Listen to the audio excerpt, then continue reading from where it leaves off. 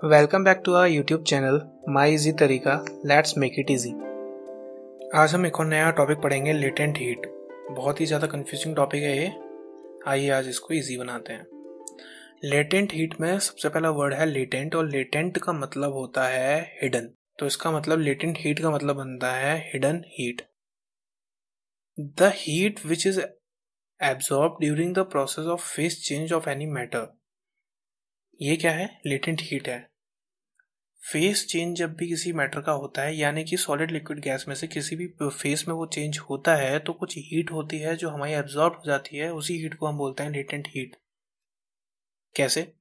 मान लीजिए किसी मैटर की किसी स्टेट में हम कुछ हीट दे रहे हैं, कंटिन्यूसली हीट हम देते जा रहे हैं, पर जो टेम्परेचर है उसके अंदर कोई चेंज नहीं आ रहा है।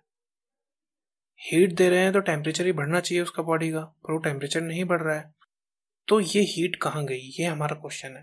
Then where that heat goes, this is the big question. ये जो हीट हमारी वो फेस चेंज करने की प्रोसेस में वो यूटिलाइज हो गई है, इसीलिए हमारा टेम्परेचर बढ़ा नहीं है। तो ये जो लेटेंट हीट है, ये हमारी वो हीट है जो हमसे छुपी हुई है, जिसकी वजह से टेम्परेचर में कोई भी चेंज नहीं आ रहा है। अब हम देखते हैं लेटेंट हीट ऑफ फ्यूजन क्या होता है। डेफिनेशन है, नॉर्मल है, हर जगह मिल जाएगी, हर बुक में मिल जाएगी। पर क्वेश्चन आता है कि कैसे समझें इसको। एक एग्जांपल लेते हैं। हमने एक बीकर ले लिया, उसके अंदर हमने थोड़ी सी आइस डाल दी है। ये हमारी आइस है जो यहाँ एक हमने बीकर में ले ली। नीचे से हम यहाँ पे हीट सप्लाई कर रहे हैं और हमने इसमें थर्मोमीटर लगा दिया है।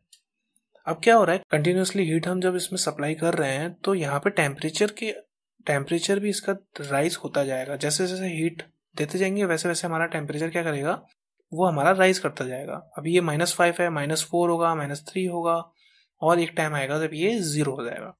0 कौन सा टेम्परेचर होता है? 0 सेल्सियस वो टेम्परेचर होता है जो आइस का मेल्टिंग पॉइंट है। अब होता क्या है, कंटिन्यूसली हीट तो यहाँ पे जा रही है, बट जो ये हमारा 0 डिग्री सेल्सियस है, ये 0 डिग्री सेल्सियस पे ही रुक जाता है।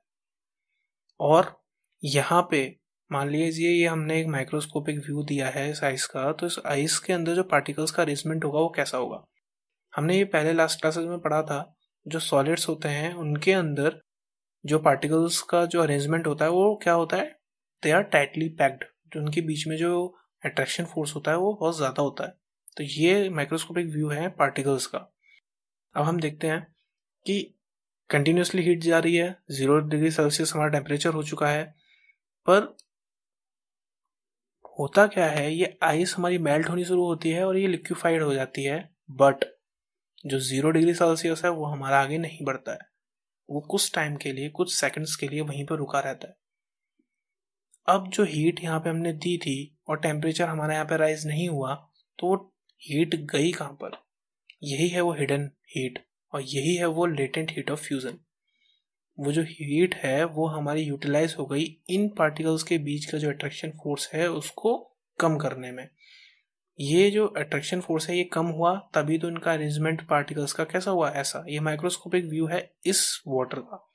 इसके बीच में जो पार्टिकल्स हैं उनके बीच में अट्रैक्शन फोर्स थोड़ा कम है in comparison of ice. Ice के कंपैरिजन में जो वाटर के पार्टिकल्स का जो अट्रैक्शन फोर्स है वो वीक है, और इसको वीक बनाने के लिए हमने यहाँ से ये जो हीट दी थी, कंटिन्यूसली हीट दे रहे थे, वो यहाँ यूटिलाइज हो गई। इसीलिए हमारा टेम्परेचर राइज नहीं हुआ, इसीलिए वो टेम्परेचर हमको यहाँ पे दिखा ही नहीं। और इसीलिए इस हीट को हमने बोला है latent heat of fusion. Fusion का मतलब क्या है यहाँ पे? फ्यूजन, जब भी कोई सॉलिड लिक्विड में चेंज होता है तो हम उसको बोलते हैं फ्यूजन। ऐसे ही ये हो गया लेटेंट हीट ऑफ फ्यूजन। ऐसे ही एक और आता है हमारा latent heat of vaporisation. Latent heat of vaporisation में क्या होगा? डेफिनेशन वही हर बुक में मिल जाएगी आपको। The amount of heat required to change 1 kg of liquid to its gaseous state at its boiling point at atmospheric pressure. ये तो हमारे हो गया vaporisation, latent heat of vaporisation की डेफिनेशन। अब यहाँ पे देखते हैं। फिर से हमने एक वो ले लिया, बीकर ले लिया, इसमें हमने फायर स्टोव लगा दिया है, वाटर है, थर्मामीटर है, हीट कंटिन्यूसली देते जा रहे हैं। टेम्परेचर मान लीजिए पहले 24 सेल्सियस था, फिर और बढ़ा, 100 सेल्सियस हो गया। 100 सेल्सियस क्या है? बॉइलिंग पॉइंट है। इधर क्या होता है, 100 डिग्री सेल्सियस पे ये टेम्परेचर आके रुक जाता है। माइक्रोस्कोपिक व्यू में अगर हम इसके पार्टिकल्स का अरेंजमेंट देखें, वो क्या है, मॉडरेट अट्रैक्शन फील्ड है इनके बीच में। सॉलिड में बहुत ज़्यादा था, यहाँ पे मॉडरेट है, बीच का है।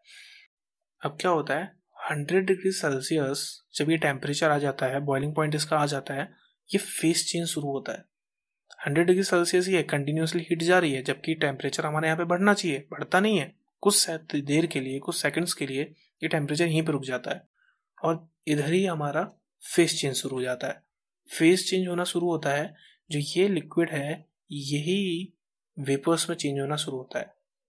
मान लीजिए ये वेपर्स हैं और जो टेम्परेचर है वो उतना ही है, टेम्परेचर नहीं बढ़ा, जबकि हम कंटिन्यूसली हीट दे रहे हैं। अब हीट दे रहे हैं तो टेम्परेचर बढ़ना चाहिए था, पर वो नहीं बढ़ा। वो कहाँ गया टेम्परेचर, वो हीट कहाँ गई?